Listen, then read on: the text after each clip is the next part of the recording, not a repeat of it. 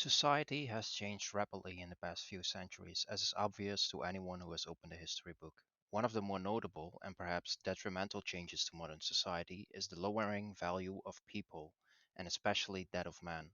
In economics, we can help explain the process by assigning values to items and predicting their price based on supply and demand.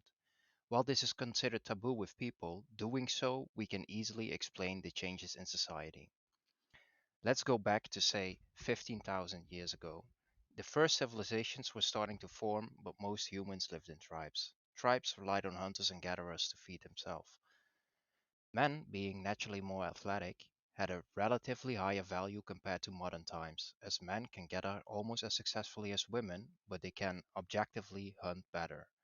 Note that women have better color vision, which gives them a slight advantage in gathering in some circumstances, and it is known that early tundra tribes also had their female members join hunts frequently. Early hunter-gatherer tribes, men had an important value to bring in food and to protect the tribe.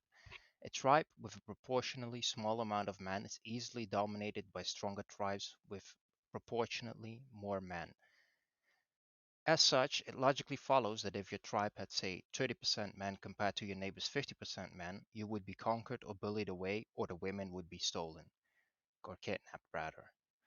Compared to other animals, and especially primates, our closest cousins, humans have extraordinarily long lifespans. This is because the tribes benefited from having older members look after the children while they hunted and gathered, or they would add value through their experience, weapon crafting, cooking, etc.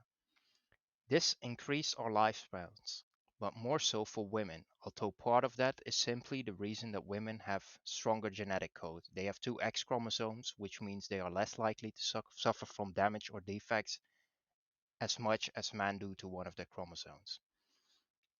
Breeding was very important because thanks to poor nutrition and hygiene, many children died. Although compared to early civilizations, this was not that bad of a problem yet. Diseases became more problematic to humanity when we started to live in cities and towns. So, to summarize, men always had lower value in society, even in our early tribal days. Tribal life valued men because of their strength in hunting and in providing protection services, however. Now let's compare it to modern society. One of the core features of man, one of the main values they provide, the ability to provide protection to society, has been neutralized, or equalized rather. Firearms, the great equalizer, show only very minor differences between the accuracy and effectiveness of male and female shooters compared to the large differences in melee combat. As such, this removes one of the key reasons to value man in a society, which is their protective value against outside forces. Another reason the value has decreased is because in our modern globalized world, there are less threats overall. You don't need as many soldiers all the time. Let's look at jobs. Agriculture is mostly performed by machines now. Fields that used to require 50 men to be maintained now require 2 men and their machines. Obviously, the value of the individual here has massively decreased. Construction is similar. The invention of machines has lowered the value of people because a lot less people are required to perform building projects. This goes for most industries. Let's look at breeding or reproduction rather. Thanks to the invention of modern medicine and basic hygiene, infant mortality rates have massively decreased. As such, you need far less members of your population to be conceiving to supply enough children. Furthermore, lifespans have increased and mortality rates have decreased across the board for adults as well, which further lowers the average value of both men and women, but men's value is lowered proportionally further than that of women. Ultimately, a man only provides semen in the reproduction process. There's been a case where 70% of a male population was exterminated in World War II, Russia, and after just one generation, their levels were back to normal. If you reverse the genders for that, it would take several generations to rebalance the population. To summarize, men have always had a lower value in the reproduction process, but thanks to our modern medicine, this has further decreased their value. Women can literally go to a sperm bank now to get children. Technically, Technically, a large majority of men are entirely obsolete for this process. The only reason they aren't completely obsolete is because people still naturally prefer traditional partnerships, romance, and children benefit from being raised by a father and a mother, as is evident by the overrepresentation of children from single mother homes in criminal institutions, prison complexes, drug addicts, suicides, high school dropouts, and so forth. Capitalist society has prioritized capital above all else, as the name obviously implies. This further advantages women. Men are more rational decision makers when it comes to shopping. This is a proven fact. This means that exploitation of men is more difficult. I'm going to give extreme examples here, and while exceptions obviously exist, you have to keep in mind that it's the average that is the only thing that really matters about this. A man is a less impulsive consumer. This means they are less easily persuaded, or as some might say, manipulated. This means that the man is a less desirable consumer compared to a female one. A man is more likely to buy the best product by values of price, taste, quality compared to your rivals.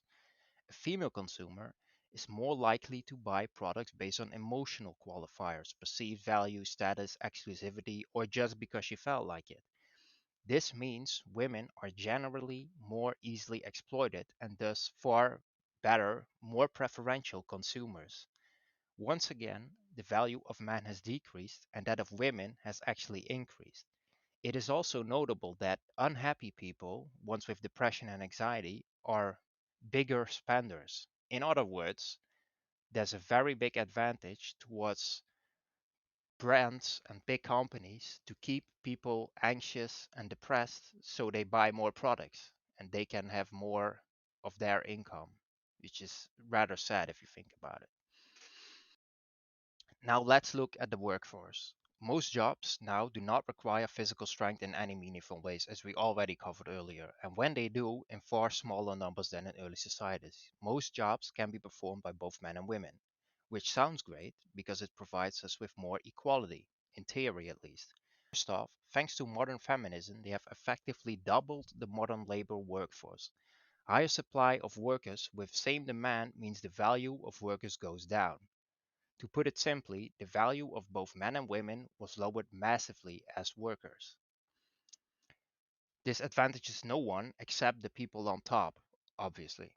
Women are scientifically proven to be worse negotiators and more receptive to non monetary compensation.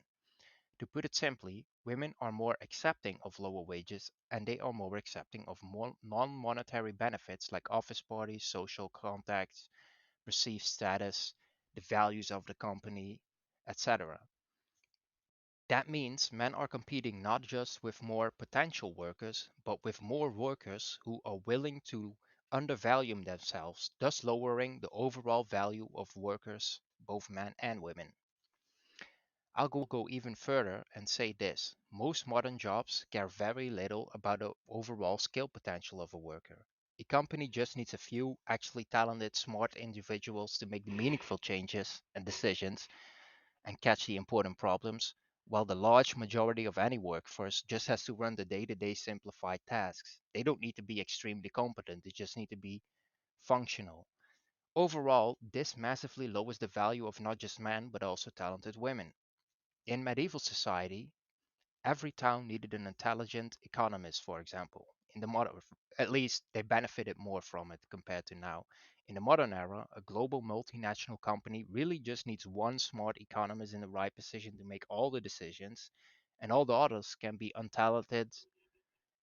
They don't need to know all these things. It's just they just need to follow orders. That's everything they need to be able to do. There is another advantage, which is significantly harder to find scientific evidence for. Women are less likely to rebel. Men are more aggressive overall, and they express their aggression and frustrations more outwards onto society compared to women who internalize it. This means it is naturally in the benefit of the powerful elite to disadvantage men and to keep the current system intact. A society where women hold more power relative to men would make it far more difficult for them to change the system. Men are like horses after the invention of the car, mostly obsolete and turning into a novelty. Like most of them, we don't really need anymore. There's better alternatives right now. Furthermore, a more recent development, dating. For most of history, almost every society practiced some form of matching and marriage, many of them monogamous. Modern dating is like a free for all system, and this is intentional. It has several advantages for the powerful elite.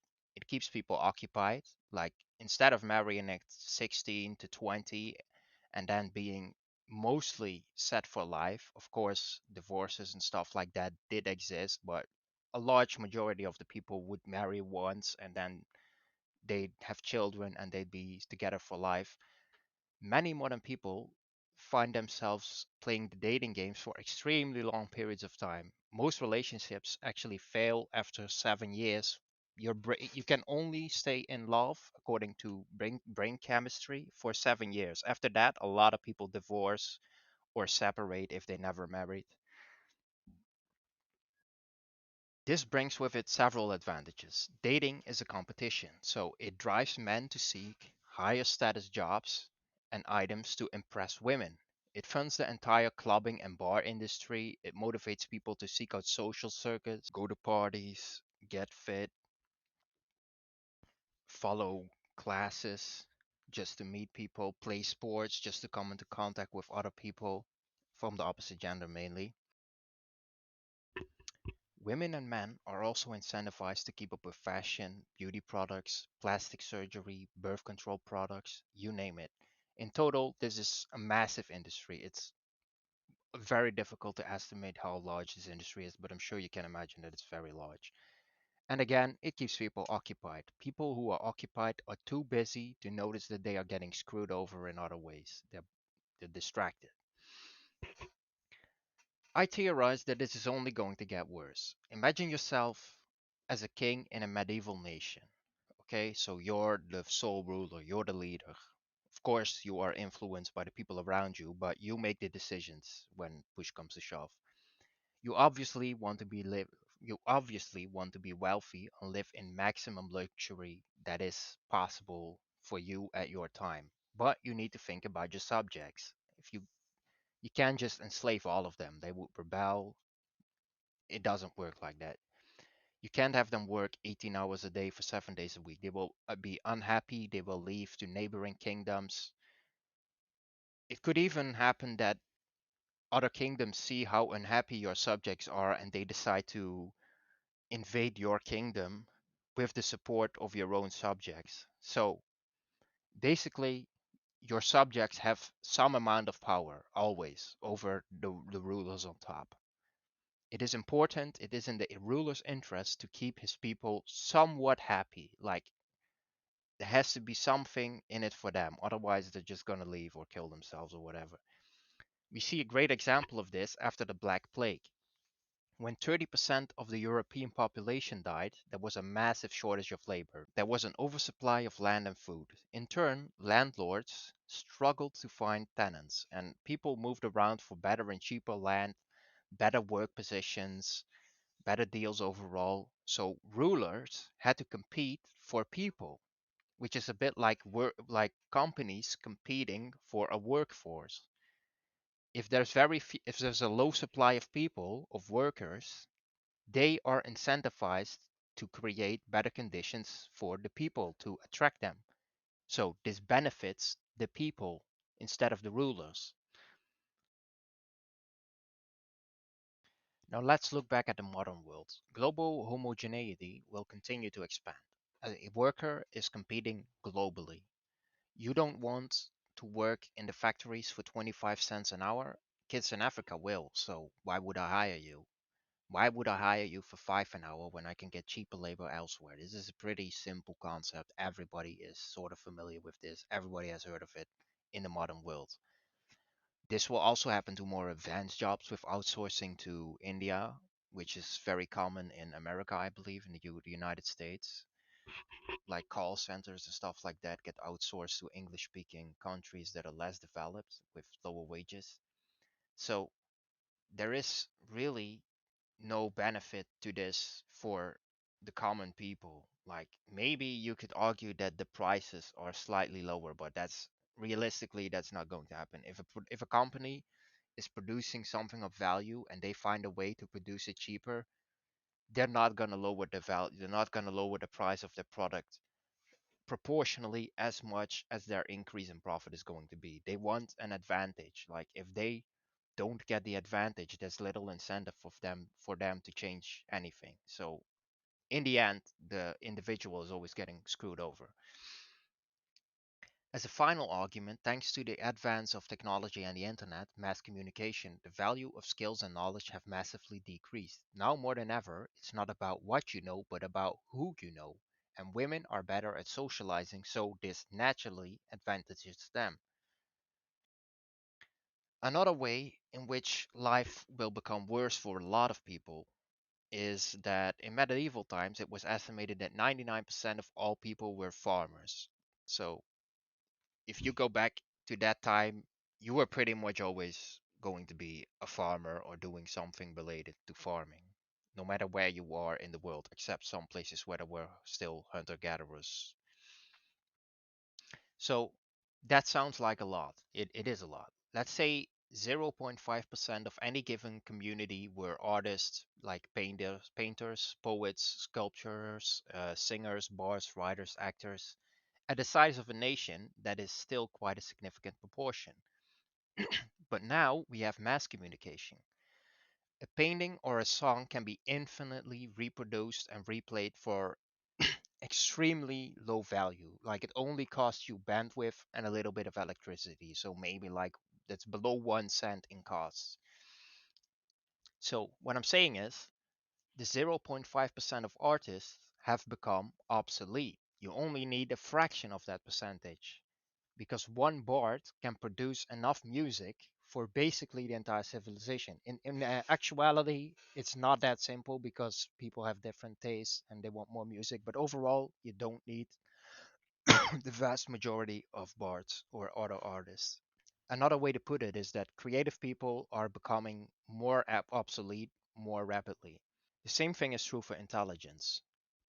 You don't need a lot of Einsteins, you just need one, and then he will solve all the problems, and everybody else will just copy him because of mass communication.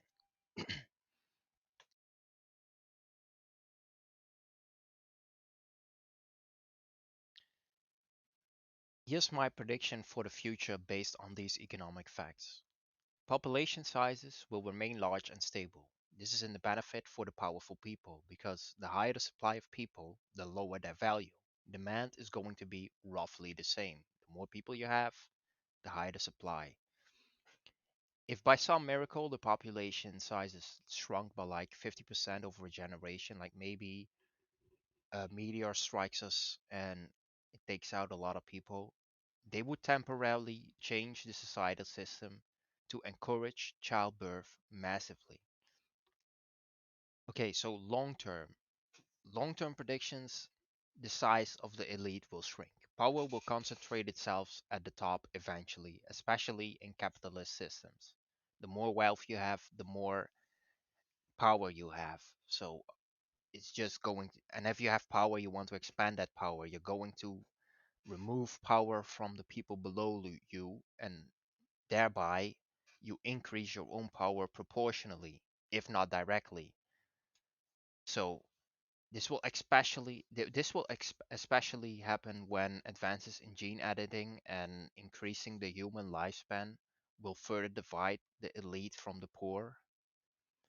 Some people theorize that this will be like, say, medical treatments, where at first this is something that only is available to rich people because of the high prices, but eventually the economies of scale happen and it trickles down and everybody gets access to it. Like an example would be cosmetic surgery, which used to be super expensive a few decades ago, and now it's commonplace in some countries like South Korea. I don't know if that will really happen because gene editing has such huge wide implications for the human race that I doubt they will give everyone that power. It's just not realistic. Like if everybody could gene edit themselves to be smarter and stronger and more beautiful, that's a lot of power that you don't want to give them. Maybe you want to gene edit the most people, like the masses, to be dumber because dumb people are easier to control and manipulate. Like if you have a bunch of smart people, they're going to rebel or kill themselves. Like they once they realize how bad the system is. Also, and I will probably make another video about this, there will probably never be another revolution. The time for revolutions is over. Mass manipulation has been so effective thanks to mass media, and surveillance is at an all-time high. Like, if you look at how much control intelligence agencies, police, politicians have over the populations right now, like, for example, during COVID, we saw this. Compare that to like Roman times, that this is their best dream. If they had this much control over population, they would never let go of it, and they probably won't. So that's basically the entire video. Thank you for watching. Let me know if there is anything you did not understand, did not agree with, or if there's anything you want to add, and what you think about this overall. I personally thought about these things quite a lot, and you don't see these things in the media all that often. Like you see some pieces of these things, like income inequality is growing. You see that in the news occasionally, but right after that, they blast out 5 articles about the gender pay gap and about gender inequality, LGBT stuff. Like it's a massive distraction. They never focus on the real important issues. They do a lot of things to keep us occupied and distracted from the things that actually matter for most people. And also, a lot of people are disillusioned. Like there's people who are millionaires, which is quite comfortable, but realistically, they have no power. And they think that when people are like, oh, we should tax the rich, we should do more to stop income inequality or inequality in general, they think they are going to be victims. Well, in reality, they are being exploited just as hard as everyone else. It's just that they don't want to accept it. So, thank you for watching and have a great day.